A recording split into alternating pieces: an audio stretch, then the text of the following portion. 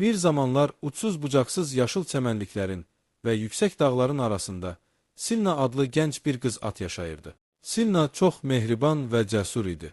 Ən böyük arzusu isə yaşadığı vadinin arxasında nə olduğunu öyrənmək idi. Bir gün Silna dostları Roko, Luna və Toran ilə çayın kənarında oynayarkən uzaqdan qəribə bir səs eşitdi. Səs meşənin dərinliyindən gəlirdi. Silna qorxsa da geri çəkilmədi.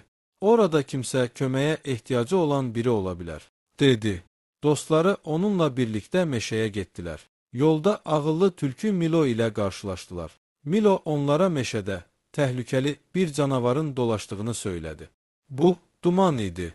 Lakin Silna dumanın əslində düşündükləri kimi olmadığını hiss edirdi. Çünki meşənin dərinliyində onun qarşısına başqa bir canavar, Qara çıxmışdı. Qara Silnaya duman haqqında böyük bir sirr danışdı.